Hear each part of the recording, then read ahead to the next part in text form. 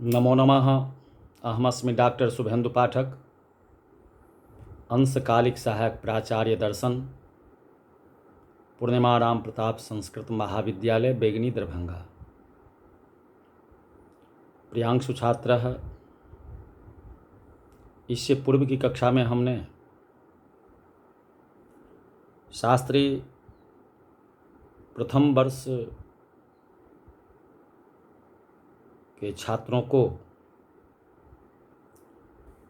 सांख्य दर्शन के दृष्टांत का खंडन के संबंध में कह रहे थे। उसका पार्ट 2 के संबंध में हम कह रहे थे। आज फिर उसी के संदर्भ में हम उसी का पार्ट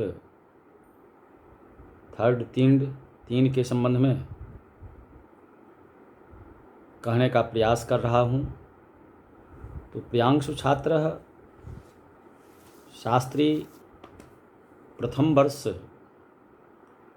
के छात्रों को इससे पूर्व प्रकृति अविद्या के संबंध में कह रहे थे।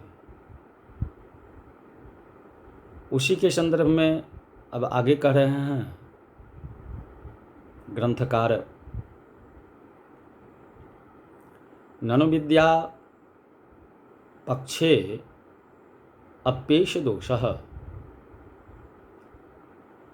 पादो स्यादिति चेत तदेतत् प्रत्ययवस्थानं स्थाने न हि वयं प्रधान वद्विद्यां सर्वेषु जीवेश वैकामाचाक्षमहे येनैव मुपालभ्ये महि अपि त्वं प्रतिजीवं भिद्यते तेन यस्य जीवस्य विद्योत्पद्यते तस्यैवा विद्या समुचित्यते नान्यस्य भिन्नायत नयोर्विरोधाभावात् अतो न समस्त संसारोच्छेद प्रसंग दोषः तस्मात् परिणामः परित्यक्तव्यः स्वीकर्तव्यश्च विवर्तवादः। अब यदि कोई पूर्व पक्षी कहे कि अविद्या को स्वीकार करने में भी तो प्रकृति के ऊपर लगाया गया उक्त दोष आ ही जाएगा, तो हमारा उत्तर है कि यहाँ पर उसका विचार करना ठीक नहीं। अविद्या में दोष लगाना ठीक नहीं। हम लोग प्रधान की तरह ही अविद्या को भी जीवों में एक ही नहीं मानते, जिसके कारण आप लोग हम पर इस तरह उपालंब, उलाहना, दोषारोपण इत्यादि करेंगे या उसकी वर्षा करने लगेंगे। अभी तो अविद्या सभी जीवों में भिन्न भिन्न है। जिस जीव की अविद्या नष्ट हुई वह अपने स्वरूप अर्थात ब्रह्म में लीन हो गया। इसलिए जिस जीव की विद्या ज्ञान उत्पन्न होती है उसी जीव की अविद्या नष्ट होती है, दूसरे जीव की नहीं। इन दोनों जीवों की अविद्याओं का आधार भिन्न भिन्न है, एक जैसा नहीं है। इसलिए विरोध की संभावना नहीं। एक जीव की अविद्या दूसरे जीव की अविद्या से अलग है। यदि दोनों एक ही रहती तो एक की अविद्या के नष्ट होने पर दूसरे की अविद्या भी नष्ट हो जाती। दूसरे की अविद्या ही क्यों, पूरे संसार के जीव की अविद्या नष्ट हो जाती। परंतु ऐसा और सभी लोग एक साथ मुक्त हो जाते। यह संसार चलता ही कैसे? प्रकृति एक होने के कारण ये दोष लगते हैं, पर अविद्या में ऐसी कोई बात नहीं।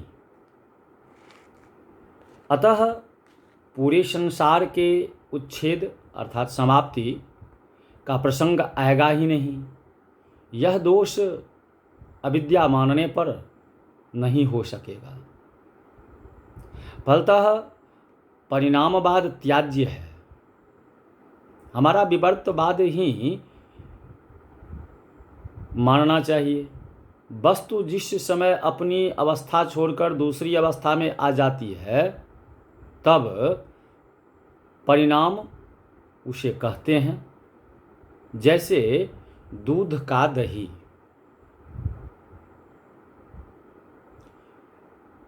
दही में परिणाम सभी लोग के लिए परिणाम एक ही रहता है। सभी लोग दूध का परिणाम दही में देखेंगे।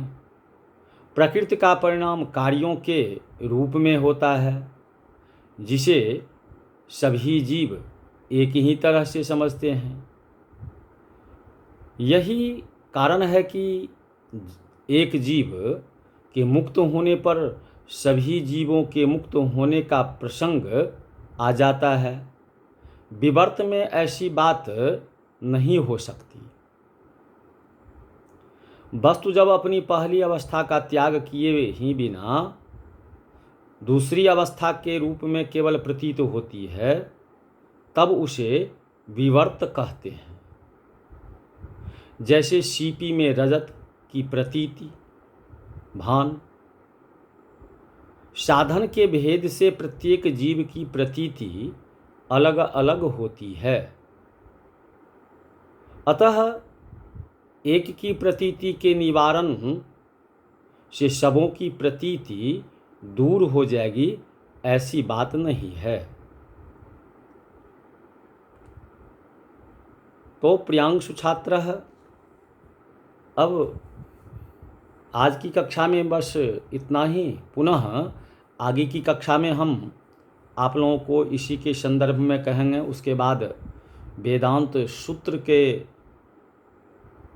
विषय वस्तु के संबंध में भी कहेंगे। इति